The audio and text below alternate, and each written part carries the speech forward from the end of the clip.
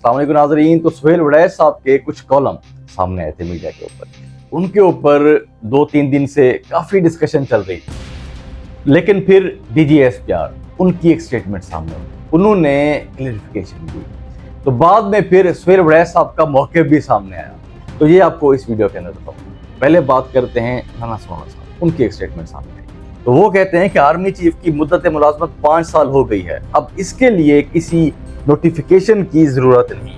आगे जी फैसल वोडा साहब, उनकी स्टेटमेंट सामने आई है। वो कहते हैं कि सिस्टम डंडे से चलेगा, जिसे हजम नहीं होता उसके लिए हाजमे वाली गोलियां हैं। तो ये फैसल वोडा साहब की बड़ी सख्त स्टेटमेंट है। अच्छा, बात करते हैं जो कि सुहेल वड़ैच साहब का कॉलम है। वो जो कॉलम थे, अब उसको रिजेक्ट कर दिया गया। DGSPR की तरफ से क्लैरिफिकेशन दी गई, उनकी एक स्टेटमेंट सामने आई है।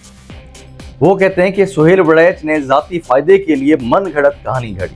इसका मतलब है कि जो भी वड़ैच साहब के कॉलम थे, वो कहते हैं कि ये मन घड़त कहानियां, इसमें कोई हकीकत नहीं। DGSPR ने ये स्टेटमेंट दी।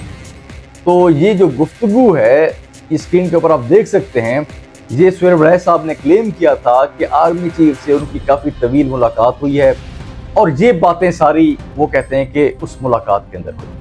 लेकिन इस चीज़ को रिजेक्ट कर दिया गया, डिनाई कर दिया गया। तो आगे सुहेल वड़ैच साहब, उनका मौक़िफ़ भी सामने आया है। तो वो कहते हैं कि मैंने इस गुफ्तगू को इंटरव्यू कब कहा, मैं इस पर मज़ीद कोई बात नहीं करूँगा। ये कुछ अपडेट्स थी, बाकी जो अपडेट्स होंगी आपसे शेयर करेंगे।